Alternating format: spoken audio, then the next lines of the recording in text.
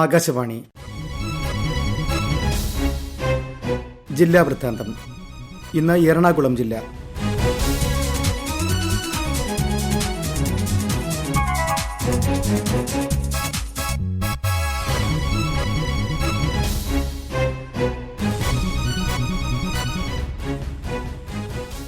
ജില്ലാ വിശേഷങ്ങളുമായി ആകാശവാണി ലേഖകൻ ആർ രാജ്മോഹൻ. എറണാകുളം നിവാസികളായ ഹജ്ജ് തീർത്ഥാടകർക്കുള്ള ഈ വർഷത്തെ വാക്സിനേഷൻ ക്യാമ്പ് 6, 7, 8 തീയതികളിൽ ആലുവ ജില്ലാ ആശുപത്രി ബ്ലഡ് ബാങ്ക് ഹാളിൽ നടന്നു. ഹജ്ജ് കമ്മിറ്റി മുഖേന പോകുന്ന ഹാജിമാർക്ക് മെയ് 6, 8 തീയതികളിൽ ആയിരുന്നു വാക്സിനേഷൻ ക്യാമ്പ്. ആലുവ, പറവൂർ, കളമശ്ശേരി, തൃക്കാക്കര, തൃപ്പൂണിത്തുറ, എറണാകുളം, കൊച്ചി, വൈപ്പിൻകര നിയോജക മണ്ഡലങ്ങളിലുള്ളവർക്ക് മെയ് 6-നും, അങ്കമാലി, പെരുമ്പാവൂർ, കുന്നത്തുനാട്, കോതമംഗലം, മൂവാറ്റുപുഴ മണ്ഡലങ്ങളിലുള്ളവർക്ക് മെയ് 8-നും വാക്സിനേഷൻ ക്യാമ്പ് നടന്നു.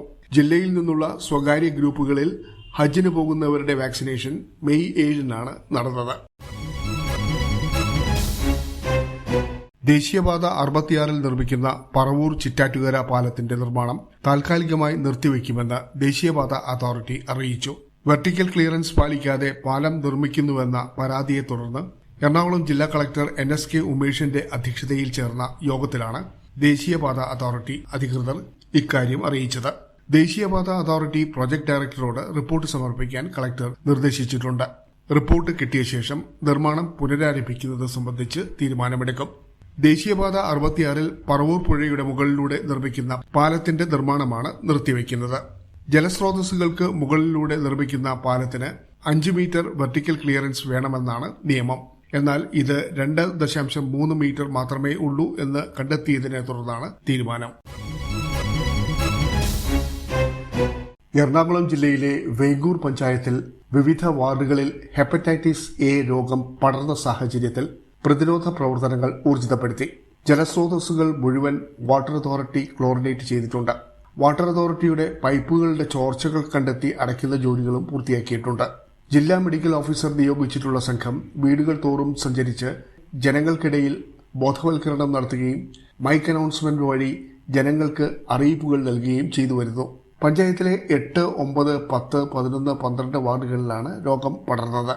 വാട്ടർ അതോറിറ്റിയുടെ ജലസ്രോതസ്സിൽ നിന്ന് രോഗം പടർന്നു എന്നാണ് നിഗമനം. പഞ്ചായത്തിലാകെ കിണറുകൾ ഉൾപ്പെടെ 4116 കുടിവെള്ള സ്രോതസ്സുകളാണ് ഉള്ളത്. ഇവയുടെ എല്ലാം ക്ലോറിനേഷൻ പൂർത്തിയാക്കിയിട്ടുണ്ട്. ഏതാണ്ട് 45 ദിവസങ്ങൾക്ക് ശേഷമേ പഞ്ചായത്ത് ഹെപ്പറ്റൈറ്റിസ് A വിമുക്തമാണെന്ന് പറയാൻ കഴിയുകയുള്ളൂ.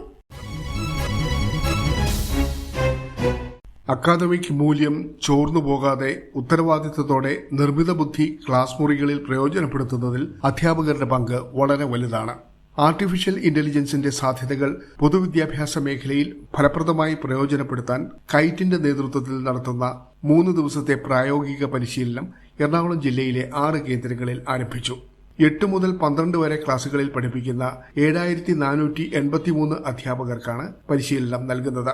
പരിശീലനം ഓഗസ്റ്റ് മാസം വരെ നീണ്ടുനിൽക്കും. ലാപ്ടോപ്പും സ്മാർട്ട് ഫോണും ഉപയോഗിച്ച് 25 പേരടങ്ങുന്ന വിവിധ ബാച്ചുകളിലായാണ് അധ്യാപകർ പരിശീലനത്തിൽ പങ്കെടുക്കുന്നത്.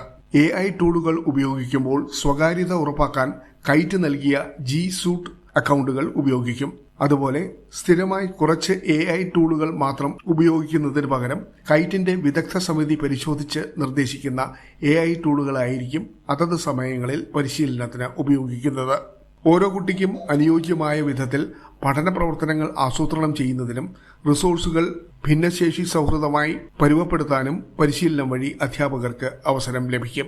ഈ മാസം കൂടുതലും ഹയർ സെക്കൻഡറി അധ്യാപകർക്കായിരിക്കും പരിശീലനം.